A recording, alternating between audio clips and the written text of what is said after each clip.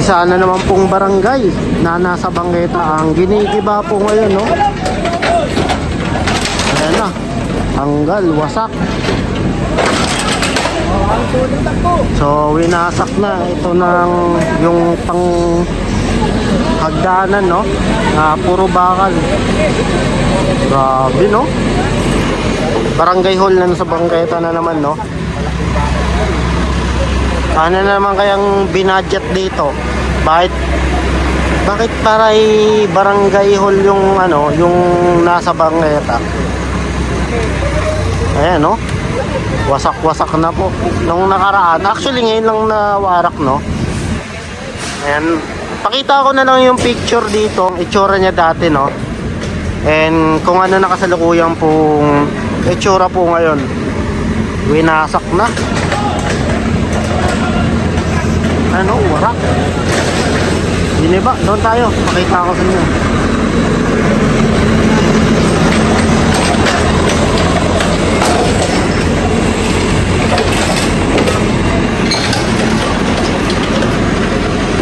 Bakal.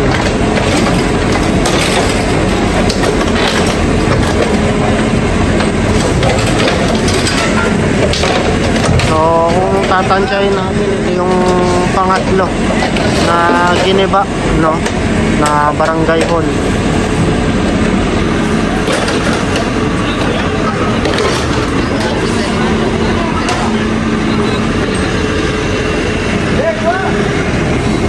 And bukod doon, dati yung itsura kasi nito, alam ko may dating logo siya doon sa pinakagitna.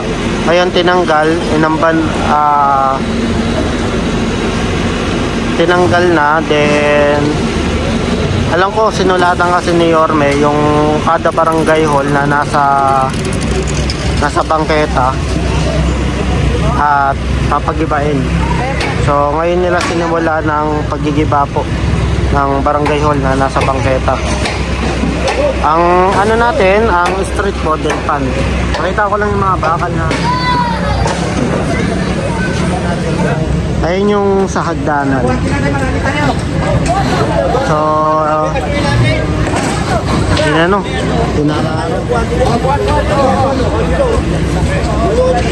tinanaro. Wala na yung barangay hall. Benta ganito. Ay, ano to? Binondominium. Binondominium na pinatayo ni Yorme.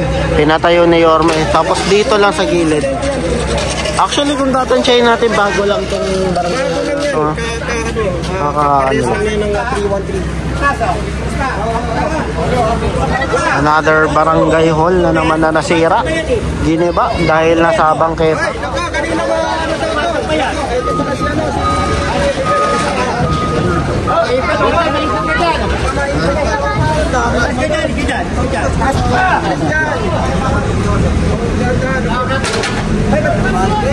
Dinemolish na po para daanan. Ang bangketa po ay para po sa tao at daanan po ng tao, no? Tricycle, pakitanggal na tricycle.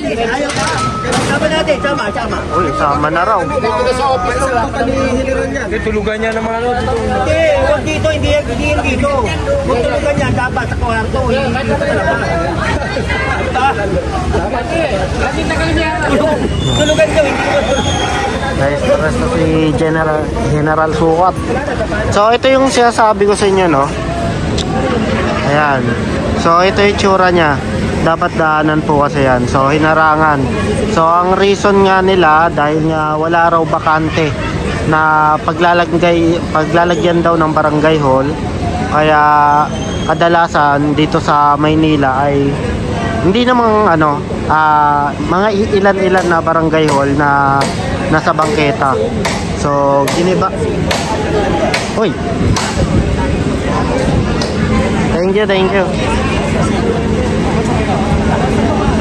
So ito na, gigibayin na naman dito sa gitna.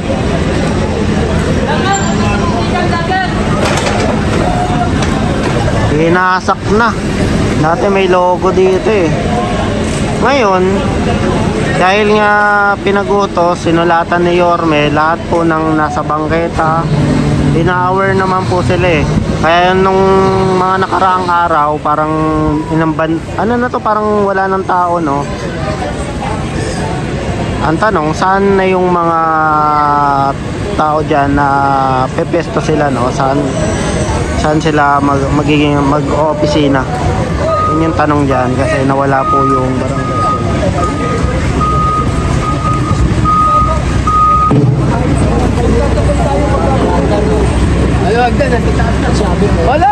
So may papakita pa ako na isang kalapit din na barangay.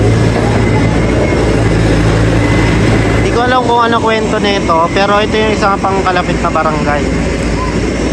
Pero dito sure po na Giniba. Ito yung may logo dati. Chua, may nakasulat yan kung Chua dati. Pero hindi ko alam kung siya yung nagpagawa, ha.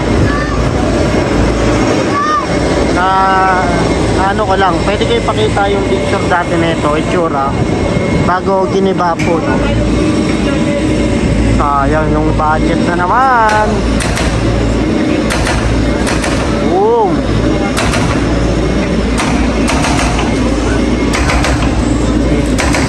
Boom. Binakbak na yung barangay na nasa bangketa. Another barangay na naman po ang Giniba. Pangatlo. Nasa pangatlo na, no? Pero hindi ko alam kung ilan na yung nagigiba ngayon. Pero sa mga pagkakala ko, pangatlo na to. And alam ko meron pa madadagdag dito bukod dito sa gigibay natin.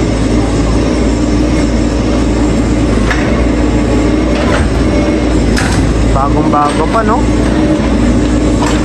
Makipot lang yung daan eh. Kung tatouchin natin parang sinilak yung ano niya, yung length niya, yung ano niya, taba niya, parang sinilaki lang ng tricycle. Alam niyo, ano lang ano, ganun kataba lang yung ano na barangay na yan kasi nasa bangketa. Parang ganito, oh. Ayan, parang ganyan. Kasi nga, siningit lang.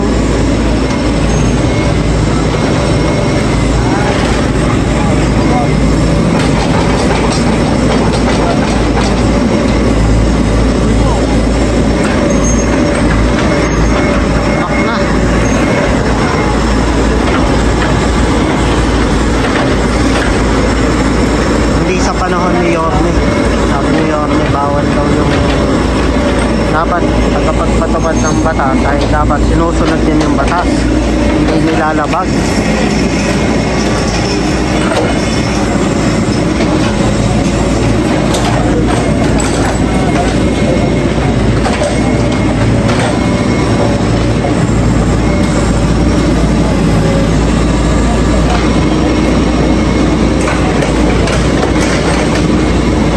Payat lang siya, oh. Maliit lang siya eh. Pakita ko yung length lang, ha.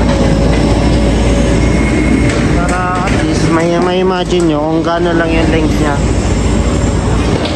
Ito lang yung length niya eh. Ayan. Ayan lang yung length niya. Uy.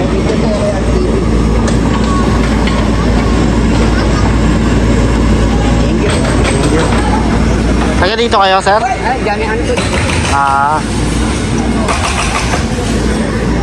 Ayan, no? So may clear lang. Kung didipahin mo parang isang dipa kaso. No, ano lang talaga bangketa. Mas maliit to kung i-compare natin doon sa naunang Ginibang ano, barangay hall. Pero dahil nga bawal is bawal kahit magkano yung ginastos yan. I think di ko alam kung magkano ginastos yan, no? Hindi pa sinasabi. Pero dapat sa mga ganito eh siya sa atin. At dapat may managok talaga sa mga ganito kasi sayang yung pera ng taong bayan, no? Bago lang siya eh. So para updated po kayo, pa-like, pa-share din po, then pa-subscribe na rin po sa ating channel. Ito po yung ganap po natin dito po sa bagong barangay hall na sinira po at Giniba po.